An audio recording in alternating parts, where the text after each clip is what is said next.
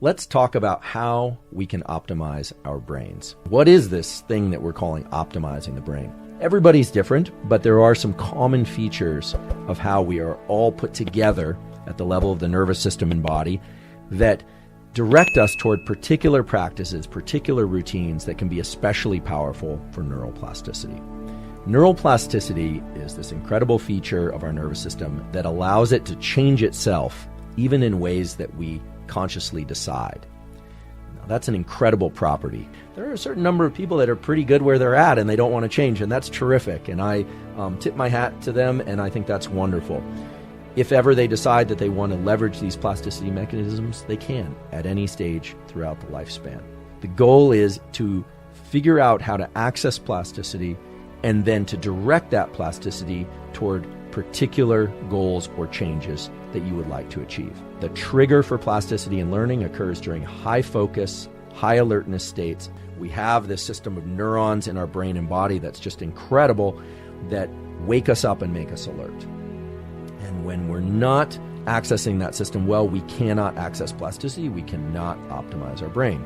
Your sleep and your wakefulness are the product of kind of the average of a number of different behaviors. That the period that we call sleep and the period we call wakefulness are tethered to one another. What we do in the waking state determines when we fall asleep, how quickly we fall asleep, whether or not we stay asleep, and how we feel when we wake up the next day. There are a few other things that turn out to be strong parameters for success in this domain. Positive anticipation about the next day events actually is a powerful metric for creating quality sleep, even if the sleep is very reduced. But in sleep, we are only in relation to things that are happening within our brain and body. Outside sensory experience, in most cases, can't really impact us. And yet sleep is this tremendously important period of life because it resets our ability to be focused, alert, and emotionally stable in the wakeful period. So neuroplasticity will allow me to optimize my wakefulness, but I have to do something in order to access it. In its optimal range, adrenaline really provides a heightened sense of focus and the ability to encode, meaning bring in and retain, remember information. If we cannot sleep well, and we can't rest well, we will not access plasticity and rewire our brain because that's when the actual configuration between the connections occurs.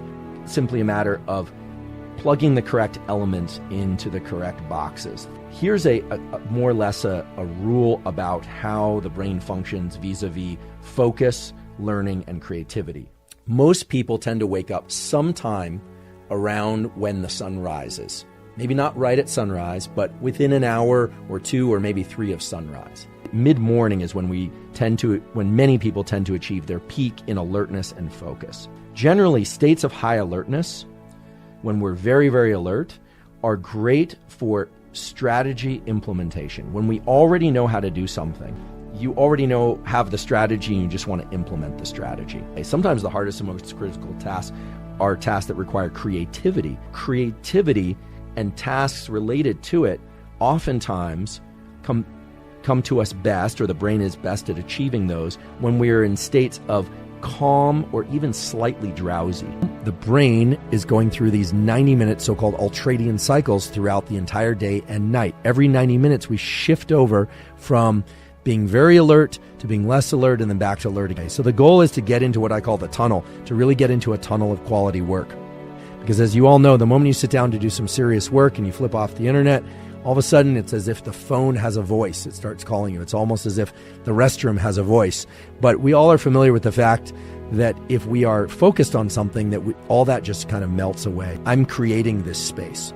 I'm funneling my brain into a state rather than allowing whatever events and contexts on social media and elsewhere might be occurring in the world that would yank me out of what for me is my purpose. The brain loves that state, but it's very hard for many of us to access. So that means no checking the markets, no checking social media, no checking the news, no checking email, none of that. You'd be amazed how much you can get done in 90 minutes if you are focused. A couple of things for optimizing workspace that are grounded in neuroscience and physiology. Try and position your screen or your tablet, whatever device you happen to be working on, at least at eye level, and ideally slightly higher.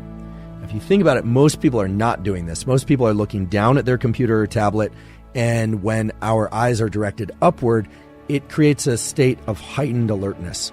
And this has a relationship to the brainstem neurons that create alertness and their control over the muscles of the eye and, believe it or not, the eyelids. So body posture and whether or not you're upright or reclining will impact your levels of alertness in the predictable ways. You will be amazed at the tremendous number of positive effects that can come from that. Almost everybody experiences some sort of dip in energy in the late afternoon, or what would correlate to their temperature peak. And that's a good time of day to get either a 90-minute or less nap. I think a 20-minute nap is pretty fantastic, and they can be very restorative for cognitive and motor function. Attention.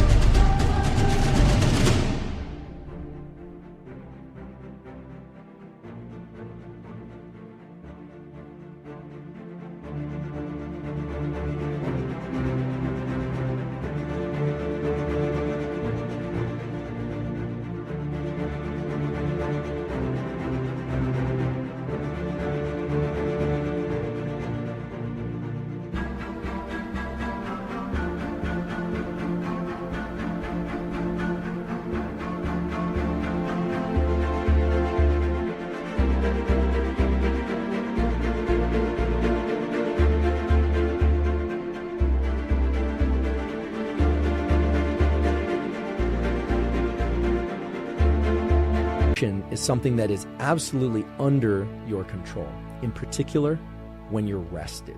And that's because your nervous system basically wired up to be able to do most things easily without much metabolic demand, without consuming much energy. But the moment you try and do something very specific, you're going to feel a sort of mental friction.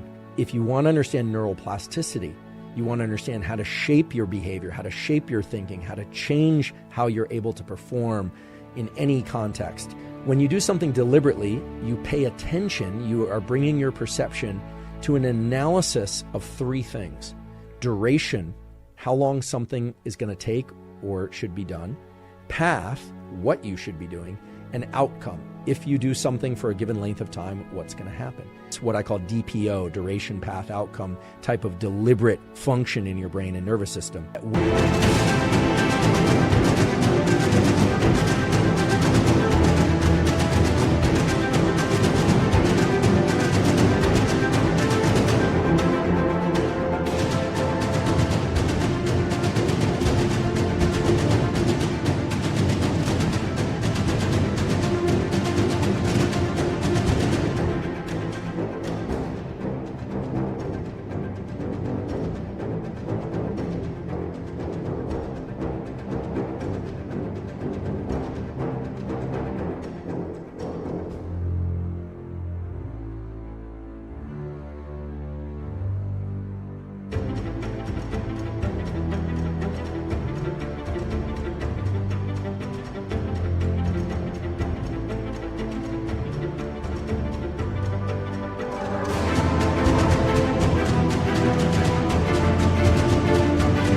When you engage in this duration, path, and outcome type of thinking or behavior or way of being, you start to recruit these neuromodulators that are released from particular areas of your brain, and also, it turns out, from your body, and they start cueing to your nervous system, something's different now about what I'm doing. You're not just paying attention to what's happening, you're directing your thought process.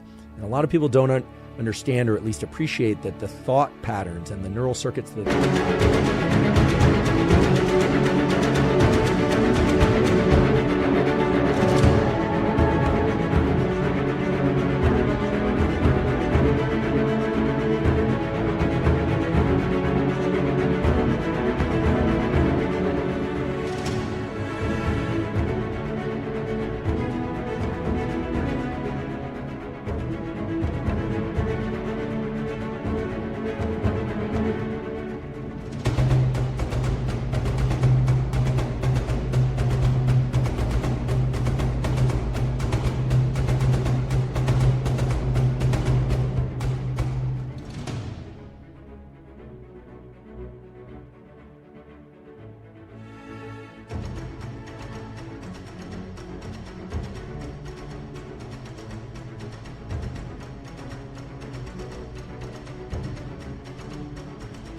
underlie thoughts can actually be controlled in this deliberate way. Brain areas involved in attention, brain areas involved in focus and cognition and memory, those are engaged to a greater degree when there is low levels of white noise playing in the background. It turns out that white noise, which is essentially all frequencies of sound, mixed up kind of randomly, there's no structure to it, turned on at a low volume, not with headphones most of the time, puts the brain into a state that's optimal for learning and workflow. Some people can tolerate their own noise within their head much better than others. Other people find that having some background noise helps cancel that out. When you are very alert, the best situation for learning is going to be silence. It's going to be complete quiet.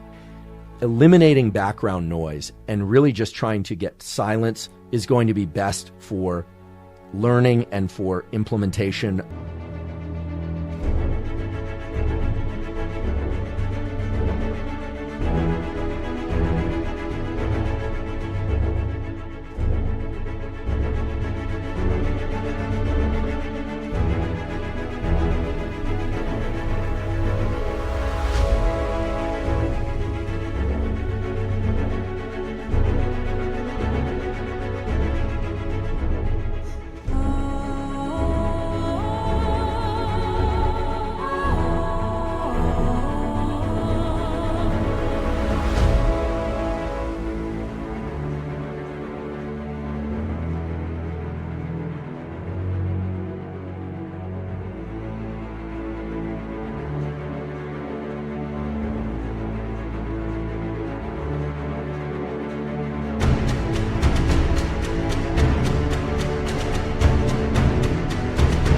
Of things we already know how to do for any kind of focused linear task. So as a rule of thumb, if you're feeling too keyed up, then silence and quiet is going to be helpful. Some people are just naturally more calm.